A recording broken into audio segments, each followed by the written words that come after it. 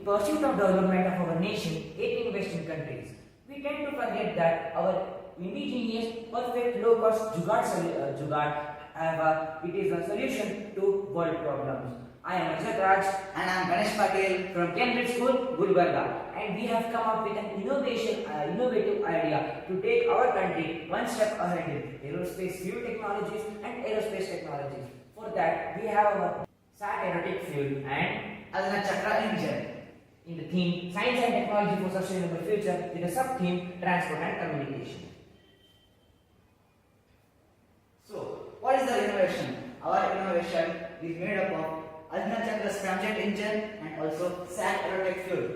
But what is special of this Ajna chackra scramjet engine? Ajna chackra scramjet engine, it is capable of reaching hypersonic speeds, and these hypersonic speeds are achieved by its supersonic combustion. Oh, sounds simple, right? But not so simple.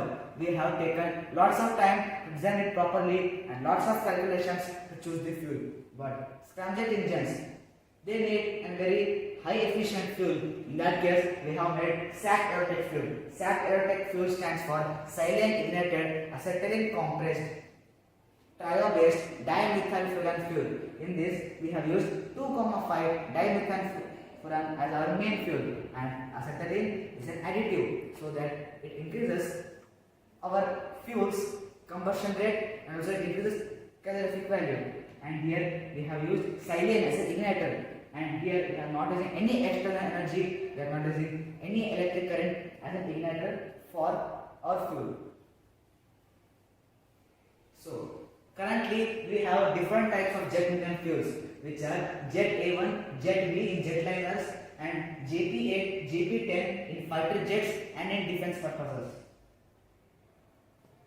So what are Jet A1, Jet A and Jet 1? They are basically hydrocarbons which is a mixture of kerosene and gasoline, and Jet B is a blend of approximately gasoline, kerosene, and also has many hydrocarbons and many aromatic hydrocarbons like toluene and benzene, which are obviously not good for environment and they are very harmful. Disadvantages of current jet engine fuels.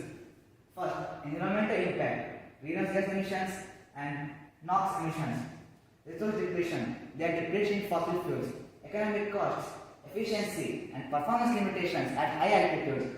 Health and safety concerns because of the air quality, and it's a very dangerous thing that in India, Delhi NCR has recorded record high temperatures this year, and also it has lot of pollution too, and the very main reason for it is the usage of more and more jetliners. And first, infrastructure and operation challenges. As we know that these jet fuels are very harmful and sometimes they ignite at very low temperatures, so we need a very high cost infrastructure so we can sustain the usage of these fuels. But why to keep that much? Why to pour down our money into this, and we have to waste our resources when we have our Sat AeroTech fuel? Sat AeroTech fuel. The solution is our fuel, Sat AeroTech fuel. As I told you, it's full from silane ignited acetylene compressed trio-based dimethylfuran fuel. This next gen aerospace fuel, Sat AeroTech fuel, is dedicated to control carbon emissions and also the money flying off from our money reserves.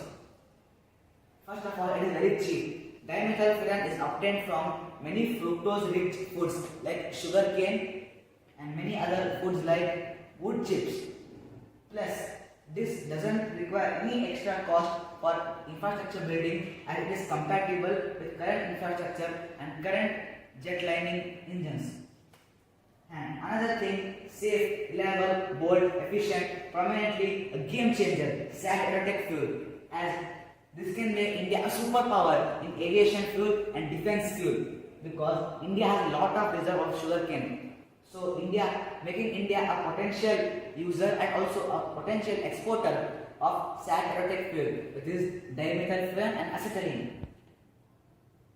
Dimethylfuran fuel, which has a chemical formula of C6Ho, is an aromatic compound.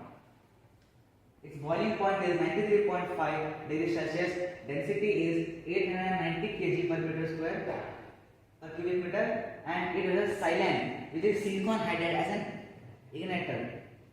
It is a companion for long flights as it has a high energy density of 37.8 megajoules per liter, greater than it is even greater than jet kerosene fuel which we normally use it today, and it provides a whopping calorific value of 33,700 kilojoules per kg. Wow, it's too high, right? Wait, the specific energy content is 42.4 megajoules per kg, and this can also be increased by adding acetylene. It has an air fuel ratio of 10.72:1, meaning, and also it has an oxygen fuel ratio of 2.5:1. And when we go up high in the air, a very common problem is that we don't have too much air for sustained combustion in the jet engine. In that case, due to its low air to fuel ratio and low oxygen to fuel ratio compared to jet kerosene, it can work at high altitudes for fighter jets and for both commercial airliners. Plus, it has a very low freezing point of minus 62 degrees Celsius. It is insoluble with water, and it will not degrade over time by mixing with humidity. So next, acetylene with chemical formula of C2H2. It also has low density and very low boiling point, and also has a very high calorific value of 47,200 kilojoules per kg, and this helps us to sustain the need for supersonic combustion in our engine and also supersonic combustion inside other jet engines which are currently being used. It has high vaporizing enthalpy of 614 kilojoule per kg. But why vaporizing enthalpy? The reason because we can use this in regenerative cooling. We can use acetylene itself to cool the plane. So here the acetylene is also the coolant refrigerant of our engine, and also it is the fuel additive of our engine. Acetylene reduces the flash point of 2,5 dimethyl increasing the combustion efficiency. Easy production through various biomethods to Fischer-Tropsch processes, and also sugarcane production leads to the excess production of acetylene C2H2. Easy production through various biomethods, cheap, non-toxic, and an eco-friendly gas. Silane, it is an autocalorific gas, and also it has very low density, and it has a very low boiling point, very low melting point, and main thing, it repels water and it does not mix with humidity. Even though being an autocalorific gas, it is suitable for an ignition. Usually we have spark plugs in jet engine and also in car engines for ignition, but here the ignition is automatic with the help of silane, and it is an autocalorific gas.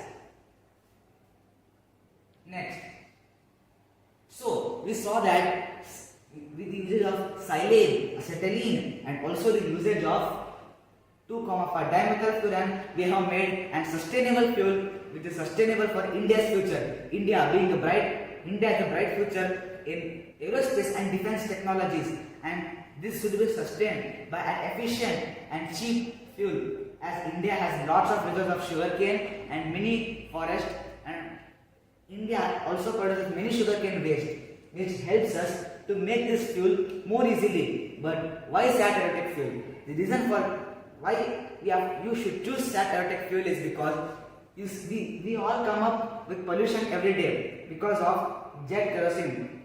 The jet kerosene, it produces very dangerous emissions of carbon dioxide and also sometimes carbon monoxide when there is an incomplete combustion. But dimethyl fuel, there is no chance of an incomplete combustion because dimethyl fuel has a lot of carbon content and it is completely combusted, and there is not a lot of production of carbon dioxide after the combustion and the usage of the fuel in our jet engine. Plus, why we are using it? The main reason is it is cheaper. Second, it also provides a lot of calorific value and lot of energy density. Energy density is nothing but how much megajoules of energy is stored in 1 liter of our fuel. It is more than jet kerosene fuel. So it will cost us very less to store it and also to carry it while a flight. So Sat AeroTech fuel is revolutionizing India and it will revolutionize the future of India in defense and aerospace tech. It is compatible even with all types of jet engine, with scramjet engine, with pulse-jet engine, with turbojet engine, with turbofan engine. It is compatible even with a gas turbine engine, providing India wings. As we know that the Aviation Ministry of India has decided to add sustainable aviation fuel. 1% of sustainable aviation fuel must be added with all types of fuel, kerosene jet fuel, jet A1 or jet A2. But this is a very good competitor of SAF and this is SAT. So this is giving new wings to India, new empowerment to India. So now we will explain our second innovation of our project for this year, and so I hand over to my friend Ajna. Hello friends, so here is the second innovation, the Ajna chackra scramjet engine. Here we have designed a scramjet engine which will work on the Sat AeroTech fuel. Now scramjets are not ideal choice, but we have to make the scramjets as our ideal choice because of their high speed supersonic combustion and supersonic speed. But the main problem is here with scramjet that it doesn't give an initial thrust for a spacecraft or jet to fly. For that we have added a pulse jet engine. Guys, this is the first engine in the world which has scramjet, ramjet and pulse jet, and this is the ram air pressure. So now I'll explain you the scramjet engine, our own Ajna chackra scramjet. Here we have the ram air pressure where air goes in, and this is the air inlet 1, air inlet 2. In inlets we are using a double diamond inlet, and once the air passes through here, it goes into the compression system, and this is the mixed compression system. And once the air comes in here, the strut based fuel injectors ignite fuel. Here are the strut based fuel injectors which ignite and exhaust is produced. Now this scramjets only work when the usually scramjets work when the plane is in or the fighter jet is in air. But to move it to air, we need something more thrust. For that we have pulse jet. Initially pulse jets provide more thrust than scramjet, but it is not a good choice to use it for a longer methods. For that we have added a pulse jet engine here. In pulse jet we have a grooves here which air passes through them only when the spacecraft is taking off. And once the air in pulse jet, it doesn't need any sonic boom air, it needs very low air. So once the air passes through here, there will be a T valve which will, and the air will slowly pass through the combustion chamber. Now I hand over to my friend Ganesh to explain it. So what makes the Vajra fuel injectors so special? So these are our two Vajra fuel injectors over here, and as my friend told, this is a T valve which functions on low air pressure technique. When initially there is some amount of air left in the engine combustion chamber over here, and when we ignite it, the exhaust comes out and we get a low pressure area right over here. So during this low pressure area, the valve opens because of the pressure which is pushing it, and the valve, with the opening of the valve, air enters inside and we deliver fresh air to it. But how are we injecting fuel? Usually in engines, for the fuel injection in aircraft engines and jet engines, we need systems which are powered by hydraulics. But hydraulics also uses a lot of energy, right? In that case, they are using this our new type of Vajra fuel injector. Vajra fuel injector is inspired by the working of a trompe, in which first the fuel is mixed with air forward, and here we have hollowed it out to make Venturi effect, and this Venturi effect enables for the sucking in of fuel and air, and this fuel and air mixture is injected through this with the help of these two tiny valves which look like injection. But these valves are JT valves which work on the principle of Joule-Thomson effect. Joule-Thomson effect is nothing but of the channeling of a flow, so that there is no loss of energy by different viscosities, and with the help of this we can ensure that we get high pressure flow of fuel into the combustion chamber and we ignite it burns and boom. And now I'll hand over to my friend Rajat. Now, I bet you have understood the working mechanism of pulse jet. The Ajna chakra engine is a scramjet engine capable of achieving supersonic to hypersonic speeds. And what makes Ajna chakra so different is its characteristics are usage of double diamond air intake, which nobody in the world has ever used. And now we are using catalyst, and our fuel is not pre-mixed. We mix our fuel on the spot to make a combustion, which is also first in the world. The usage of double diamond inlet. We are using double diamond inlet to provide more efficient sonic booms, for which will help in scramjet engine. The more the sonic boom, the more efficiently it will work.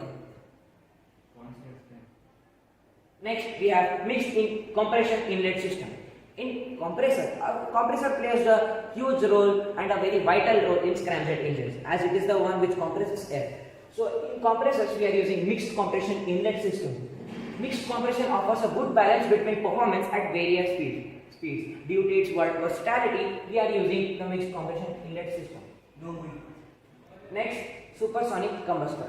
In combustor, they are using supersonic combustor because of its combustion management technology. The chamber maintains high-speed airflow by allowing efficient fuel mixing and combustion. Unlike in subsonic chambers, this design avoids significant deceleration of the flow to sustain high-speed operations.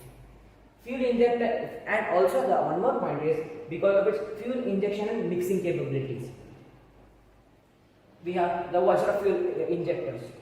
As my friend explained you before, I will tell you the benefits of it. Enhanced stability. Due to its enhanced stability, which can lead to more consistent engine performance, and it also has an improved combustion stability. One of its own kind was a fuel. And in combustion chamber, we are using strut-based combustion chamber because of its compatibility with high-speed flows, and strut-based designs are well suited for handling the complex flow patterns created by double diamond inlets and mixed compression systems.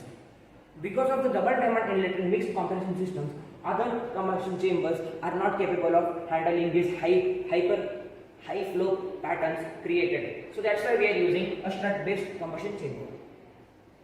In nozzles, nozzle is also a very important part, as it is the one which removes all the exhaust gases out. So for that, we are using optimum expansion nozzle because it has high efficiency at high hypersonic speeds, designed to match my friend Ganesh. So optimum expansion nozzle. What is an optimum expansion nozzle? This is nothing but a belt type nozzle which has convergent divergent properties. So here we have our fluid. The exhaust gases have a lot of pressure and lot of temperature.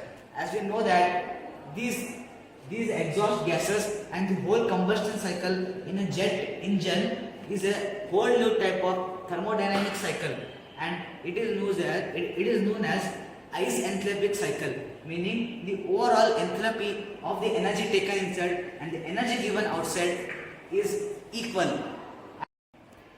So these are special because when the exhaust gases go in this throat, this is called as the throat. In this throat, what happens is the gases are trying to expand, but they can't. But when they enter here, they expand, and this expansion gives us jet propulsion, and this jet propulsion drives the engine, and also this drives the heart of Indian Air Force, the belly of Indian Air Force. So regenerative cooling. Regenerative cooling is nothing but the usage of fuel. The usage of fuel itself to make and cool the engine on its own. As I told, we are using acetylene as a coolant in regenerative cooling, and these are the regenerative cooling models. These are this is some type of way in which we are able to cool our engine, we are able to cool our fuel tanks and our pulse jet engine when supersonic combustion is occurring. As you know that it releases a lot of heat. Acetylene production on board. So this is a very innovative idea. This is one of the very innovative idea, just like Vajra fuel injector which we have designed on our own. We have tested it and the simulation results given are very good. So on this we see that how we can produce acetylene on board. This is an onboard production of acetylene deck which is situated right above the scramjet engine. When the intake air comes into these tubes, they get a dry exhaust. But why a dry exhaust? Where did all the humidity go? The humidity is trapped and stored in our cooling tubes. These cooling tubes are kept in a body which absorb the water. They have silicon dioxide coating for more thermal conductivity, and plus they have lot of surface area, and these tubes there is a flow of acetylene inside this tube. As I told, acetylene absorbs heat at its highest level, and by absorbing this heat, water is able to condense on that, and this condensation, with that condensed water, we are able to produce acetylene gas. This condensed water is flowed through calcium carbide pads, and these calcium carbide pads react and form acetylene gas, which is put into a combustion chamber, and we get excellent results. NASA simulation software. So in this simulation, we have got excellent results. Even at Mach 2.3, we have got an excellent thrust of 43,098 newtons. Oh, lot of thrust, right? And we have got a gross thrust of 89,468 newtons, and we have also get a net work of 1.365. So plus we have also reached the speed of 2,413. Even though the afterburner is off, we have got such excellent results with the help of NASA simulation software testing, and these results are very accurate, my friends. You can see that we have used the engine sim student version software right over here. This is our engine.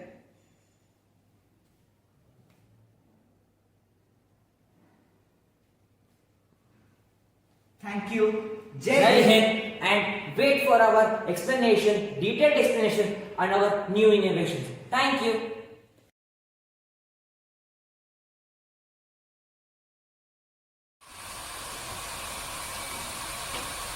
ಬಟ್ಟಿಲೆ ಮಾಡಿ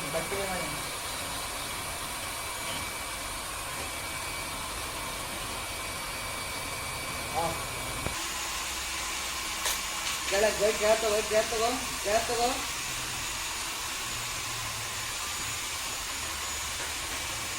ಬಾಗ ಹಾಕೊಂಡು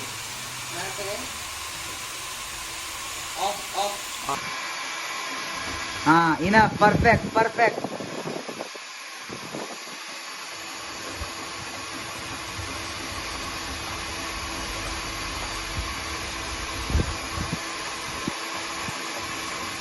light up, help Gauri.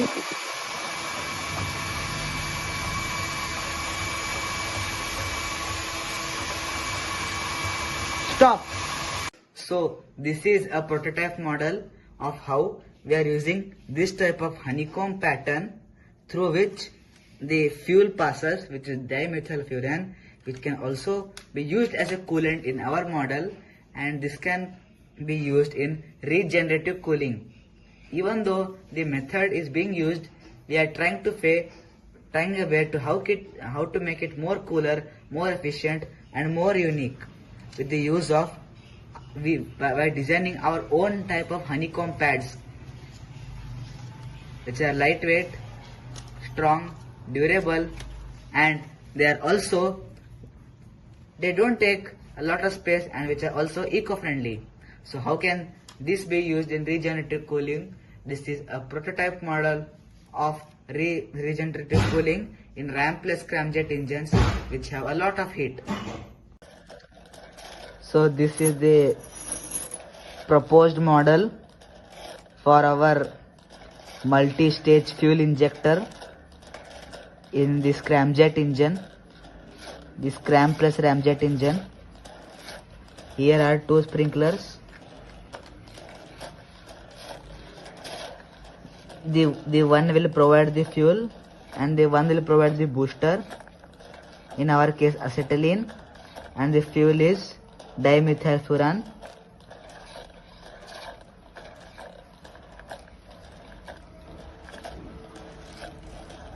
The fuel injection is very excellently controlled. This is a model prototype for the fuel injection system. So these are our circuit systems which we have made so that we can control the ignition and stopping of our jet engine and the fuel injection also. For ignition and for the stopping of jet, so that the jet engine comes to a stop and there is no fuel in the combustion chamber.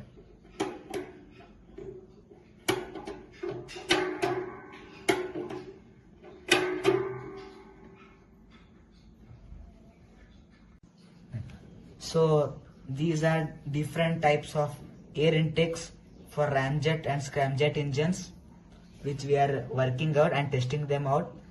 This type of air intake prototype for ram plus scramjet engines ensures that it intakes air at even high air velocities like Mach 5 to Mach 6, and this at lower speeds when the engine needs more thrust, and this at higher speeds when the propellant needs more speed instead of carrying more load.